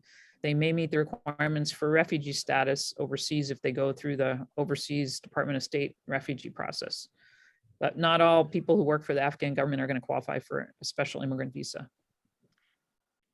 Thank I'll you. just clarify, like the first off on that would be humanitarian parole or P2 processing, which we didn't cover because you can't really apply for that. It's the organization that they worked with that has to apply for. And I actually don't think that an Afghan National Police would qualify because it's not a US NGO. But Right. if they're If they receiving get paroled grants, into the US, though, they can apply for asylum and they would have Exactly. good solid grounds for applying for asylum. So that's, I think, what most of them are going to do. Also, keep in mind, there's employment-based categories and some people are going to qualify. They might not have family here to file in the family-based categories, but some people are going to apply for employment-based categories. EB2 national interest waivers are available and the priority date's current. Obviously, you need to be an experienced immigration lawyer to file one of those, but it is a potential option out there, as well as the routine, universities. I'm hearing a lot of universities are offering people jobs. So universities, you can do an EB1 outstanding professor and researcher if the person really is one, that's possible for some people potentially. So they're going to want to explore all possible options, but the police folks are probably the most likely option is probably a parole followed by an asylum application. Thank you, Margaret. So the next question is from Sally. And the question is, how do we find an organizational sponsor? And I think this is going to be related to the I-134. Any takers for that? I'll answer that. And if anyone has other resources, please chime in. So some organizations and groups are collecting individual names, but typically it's for their group of volunteers and their work that they're doing. Parse Equality Center, if you do become a volunteer with us, but on your particular case, the answer would be, I don't know. You're going to have to really explore options. There's no bank right now for the public. But if you work with us and you run into it, we can connect you with another organization's bank that has allowed us to tap into it. And, the experience that I've gotten working with that bank of individuals has been mixed. We've had folks matched to be potential sponsors. And then when our volunteer connects with them, they ask a million questions and some decide to do it and some don't. It's always good to remind them. And I think there's some new guidance that's going to come out about what the responsibilities are that's more concrete on the USCIS site. But right now we can just assure them that's not legally binding contract compared to an I-864, which is a legally binding contract. It has not been enforced in courts, maybe lower courts, but it's very atypical to find enforcement. But they are going to be sharing their personal financial information. Many people want to help out and be a sponsor, but when they find out that they're going to be sending you their taxes and everything, they kind of start to hesitate when they don't want people to know their income. So those are the blockades that you're going to face. So you just have to reach out to your community and brainstorm with the individual that you're helping. Have them tap into their community first and their friends and contacts. Thank you. Next question is from Layli Shirani.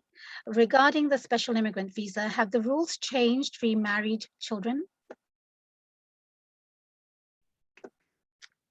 No, the rules have not changed for married children. Thank you. the recommendation that I would give for a married child is file for humanitarian parole for Right. the married child and their family, and include in there, this is the child of an SIV. She's ineligible for the SIV because she can't be a derivative anymore, but they're still in danger. So they would be an excellent candidates for humanitarian parole.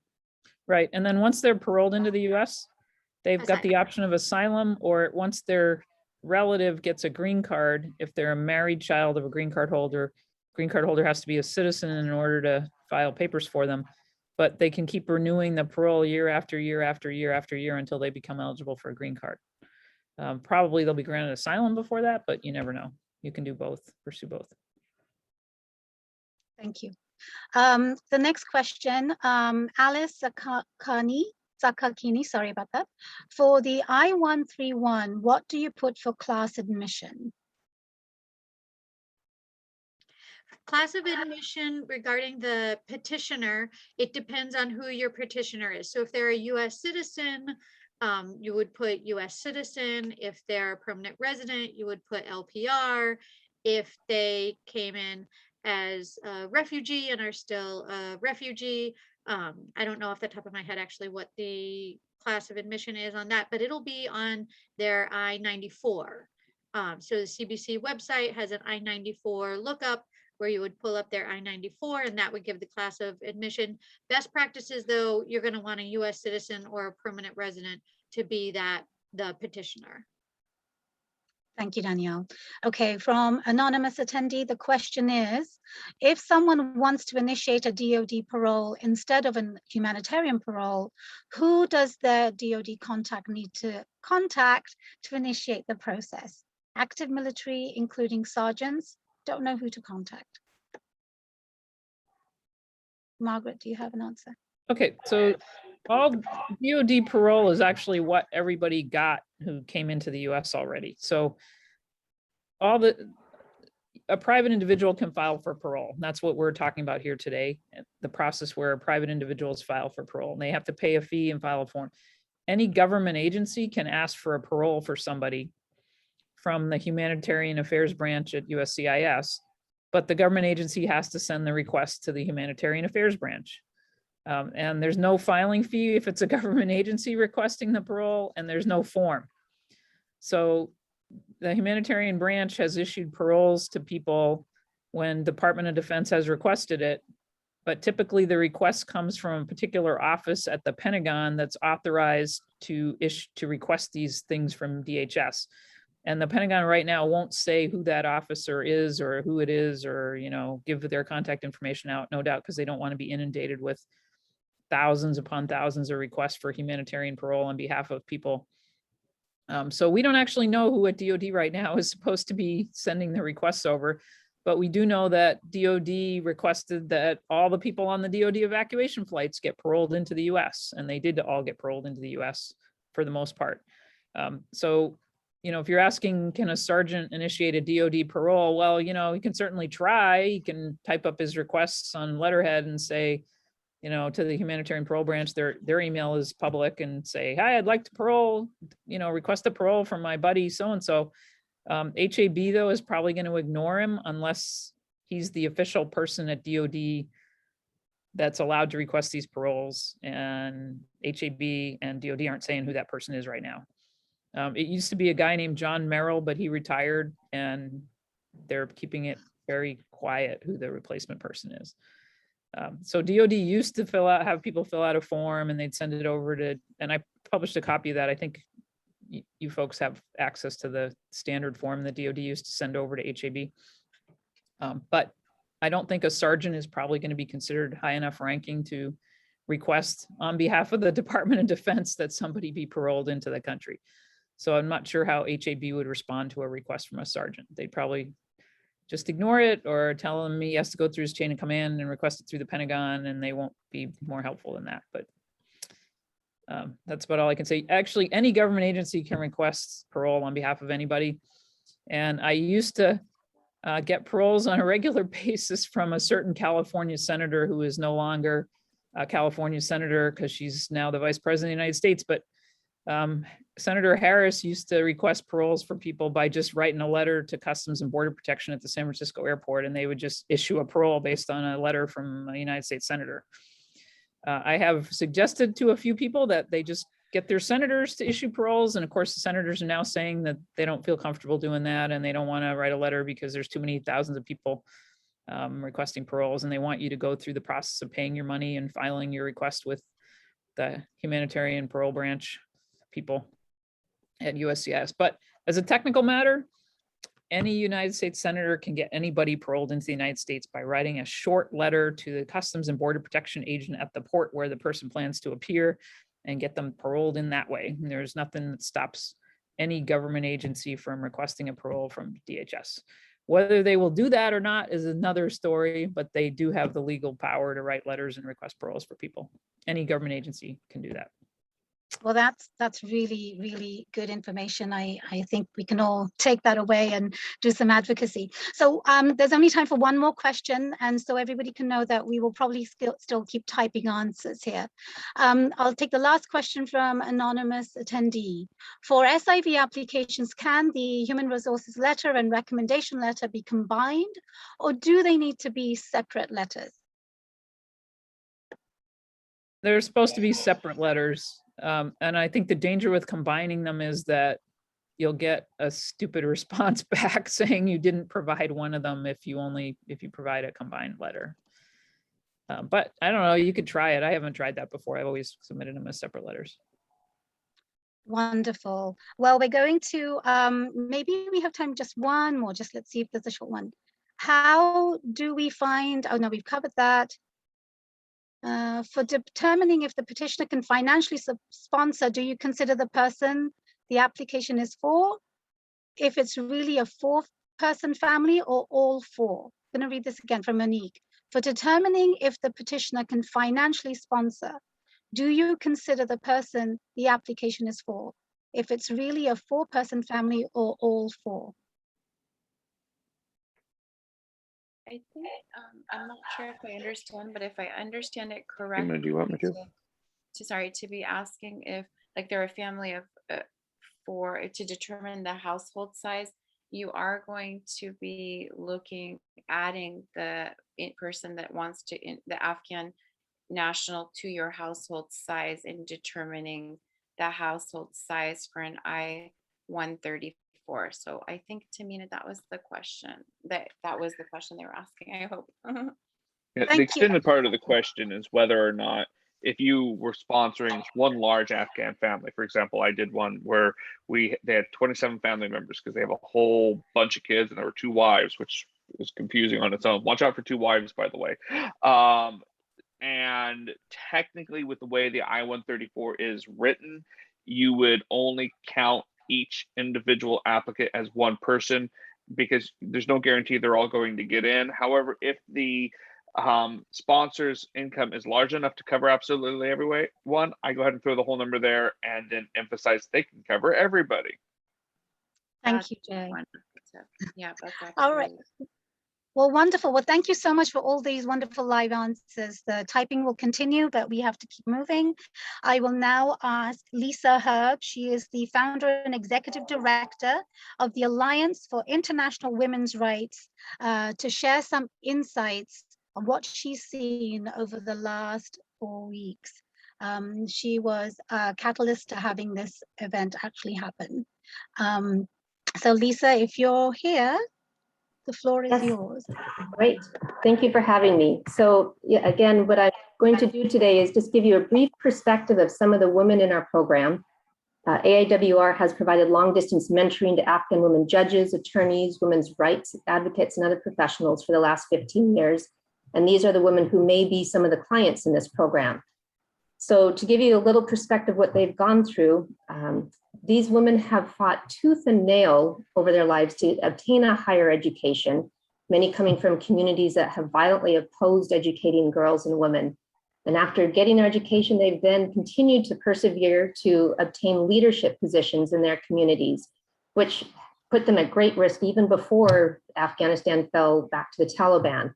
These women have had careers where they've faced numerous death threats to themselves, they've had their homes attacked, and they've witnessed colleagues being murdered through bombs. So they've gone through already a tremendous amount of stress and risk, but they've persevered because they truly believed that they were making a great difference in their country. They were helping push forward women's rights and helping the country itself progress. But as you know, in a few short weeks, Afghanistan recently fell to the Taliban, and it's destroyed everything that these women have spent years and gone through immense personal risk to obtain. Within just a week, 2 weeks, all of that has been destroyed. So the women who remain in Afghanistan in our program are now all in hiding. And they're in hiding as the Taliban literally are hunting for them, going from house to house looking for them, sometimes destroying homes in the process and threatening relatives who won't disclose where the women and their families are hiding. So the threats to these women is They're immense. They're imminent, severe. If the women are found, many of them are likely to be killed. And that's because a lot of them were attorneys who helped put a lot of the Taliban fighters in jail. And they've now been released. And so many of the Taliban fighters have personal vendettas against the women and if they find them, will likely kill them. So as you can imagine, these women are experiencing severe stress. Not only are they fearing for their lives, but they're also experiencing profound grief.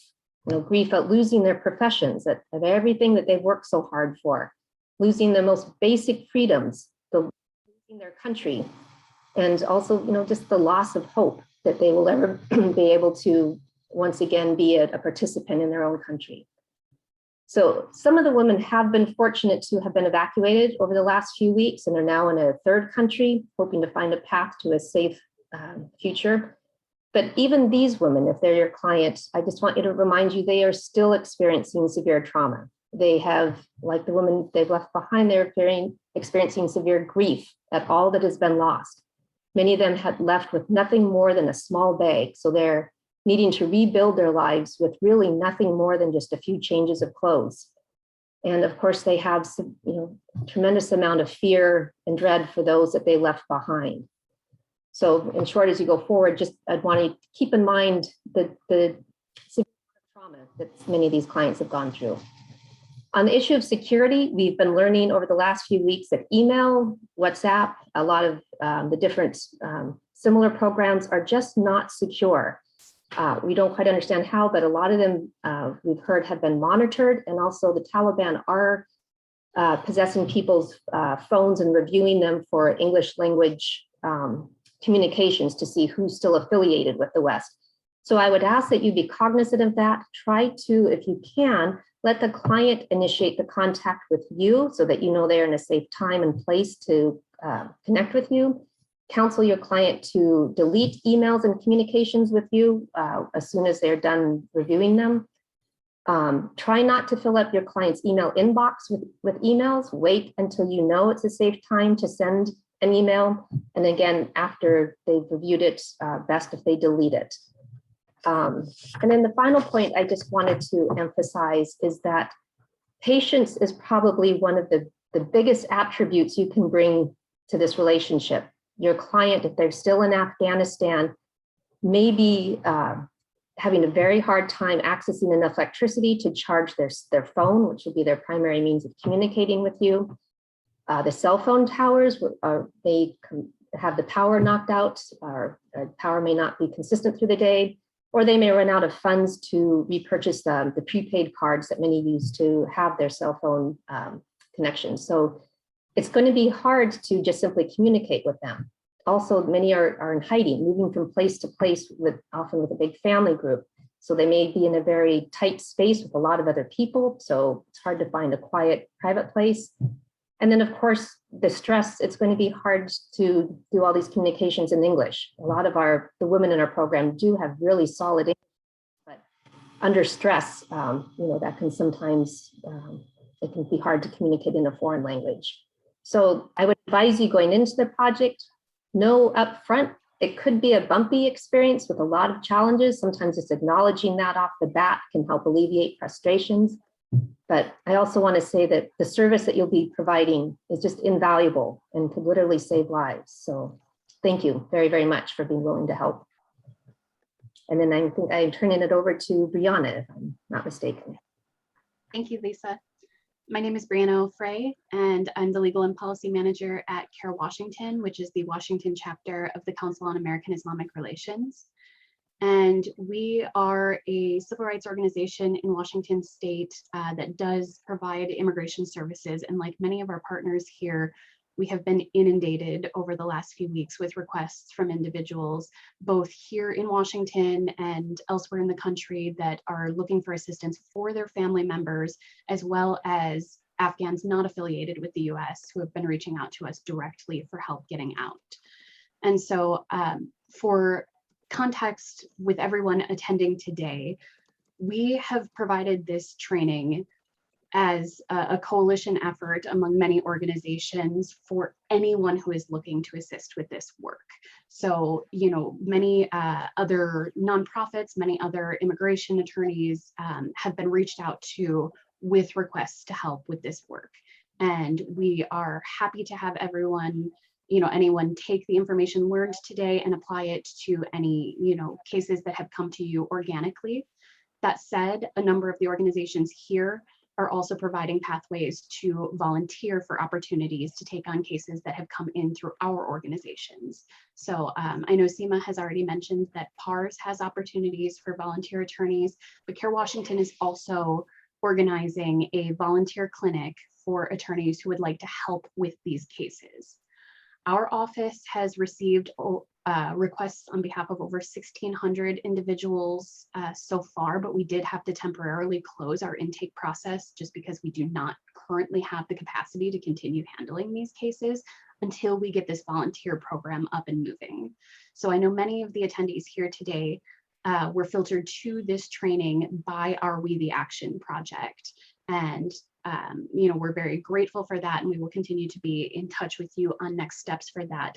If there are other individuals today who, you know, found this training through various locations, but does not have a path to working on cases and assisting individuals directly, and you would like to, you can visit our We the Action project, which is on screen and I believe has been shared through the chat, and sign up to volunteer through Care Washington. We will be providing, again, a copy of this recording today and all of the additional resources that have been mentioned for attorneys to be able to start taking on these projects. But as many have mentioned, including Lisa just before me, the situation is changing constantly still. Even now, you know, we're getting new directions very regularly. There are new security concerns. And so we do ask for patience. This is not a normal clinic project that we've had months to put together and, you know, have organized in a completely thorough manner. You know, all of us here have been working around the clock at this effort, and, you know, we are going to guide everyone in the best way that we possibly can, but we do appreciate a little bit of latitude on the way that we're going to get this going. So for our part, if anyone would like to volunteer with our project, please sign up through We the Action. If you had signed up through a previous Care Washington volunteer drive, we ask that you please go ahead and re-sign up through our We the Action project so that we can manage all volunteers in one place. Additionally, I wanted to mention something that came up earlier in the conversation about these fees for USCIS filings. This is a tremendously large fee for many of these families, and you know, many of the people who have requested help from us are not going to be able to provide that fee. So we are running a fundraiser to try to raise funds to provide those filing fees for the families that are sponsoring these humanitarian parole petitions. So if you are looking for an additional way to help, please donate, pass along our fundraiser. You know, I believe that there are many people who are looking for a way to contribute to this, and not everyone has the skills that you all have here today. And so this would be a really incredible way for people to be able to contribute to this effort. 100% of the funds is going to go directly to the USCIS filing fees for these clients. Again, that's $575 per application, which is incredibly steep. So we would appreciate if you would pass along that fundraiser. And additionally, there are a number of partners here in Washington State that are also raising funds for resettlement needs of Afghan refugees who are coming into Washington. So we will share that fundraiser as well. But I also just wanted to touch on a question that came through, at least for our project. I can't speak to the other organizations, but we are open to attorneys across the country. As long as you are barred in a US state, you can volunteer for this project. And we do really appreciate everyone's cooperation on this. So if you have volunteered through We the Action, we will be in touch with you with next steps and additional workflow details over the next 2 weeks. Thank you. Thank you so much, Brianna. Well, we're coming to the end of the event. You have some very important questions that you've asked. How do you get cases? What's next? And you've heard in the chat box, Brianna and Seema have sent links for signing up. But before I get more into that, I want to say thank you to the panelists. They all stepped up in very short notice. And these panelists are nationally recognized experts on immigration. Margaret Stock is actually often referred to as a national treasure in our immigration groups. Danielle Roche is a star, so is Jay and Seema.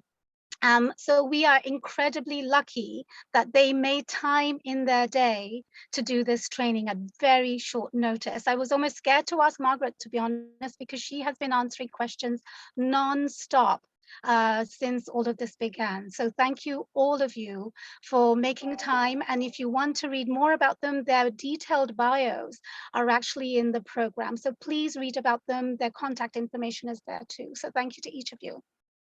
What's next? So sign up to CARES and Care Washington and PARS. As Brianna mentioned, it's a work in progress. We're all sort of working out, how do we do this? It took us just over a week to put this together. And it was a lot of work, and everything is moving very, very fast. So latitude is important, and processes are changing with the government too. So we're adjusting. But this list that has generated of actually 850 of you signed up is going to be shared with PARS, as well as Care Washington, as well as the Alliance of International Women's Rights, as well as each of the co-sponsors. So as these requests come in, you may hear from multiple organizations, or and you could even go to other organizations in your local area to say you have been trained. This particular issue is going to go on for a long time. So I want to emphasize that something Margaret has said. Margaret has said that you can save one life. When you touch one life, you are likely going to be touching a generation of families. It's really, really important to remember that, because it all starts with, what can I do? And you're doing that. In the last 4 years, I've had a lot of lessons in how to step up, because immigration was a key issue that we had to deal with. And there were not enough immigration lawyers that could meet the demand that had come up. And that is why Wyden, and thank you to Jay, because he is a visionary too, that we came up with this organization to help train non-immigration lawyers like you. When the news cycle dies, please remember that your work is going to continue to be important. And when you take a case, stay with that case, because some of these cases will not be quick. And when the person comes to the US, they will need to have more help. Stay with that one family, stay with the two families, but stay with the case. And then for extra inspiration and motivation, I will put a plug in for my book called Legal Heroes in the Trump Era. You will hear about lawyers who really made a difference and what you can do. I promise you, you will know that you can make a difference, because lawyers are one of the bedrocks in our society, and we can make a difference. And these ripple effects will be felt for years to come. So please, please make an impact on somebody's life. Thank you for being here and being part of this important moment in the world. And thank you to all the co-sponsors that have stepped up and made sure that you learned about this. There will be materials, and this recording of this video will be sent to you. Please give us about 24 hours so we can figure out how to process the video, so we can send you one email. But thank you again, and thank you for your patience. I will now hand over to Tara, who is the president-elect of the South Asian Bar Association of North America. Thank you so much for everything the Saba has done. This event would not happen without Saba, as well as Cambria, who has been an incredible rock in making this happen. So thank you so much, Tara. The floor is yours, and take us out. All right. Thank you so much, Tamina. First of all, thank you so much for your inspirational words. I'd first like to thank our co-sponsors for this wonderful event, SABA North America. I'm currently the president-elect of that organization. CARE Washington, NAPABA, which is the National Asian Pacific American Bar Association, WIDEN, Washington Immigrant Defense Network, Watson Immigration Law, PARS Equality Center, Alliance for International Women's Rights. We've had over 850 people sign up for this event, and we had over 450 people show up live, which is an incredible number. And what's more impressive was there were over 147 questions answered. So to the panelists, a deep amount of gratitude, and to all of the participants, the attendees, thank you for coming to us. We look forward to working with all our partner organizations as we go forward in this very important project. Thank you and have a good afternoon.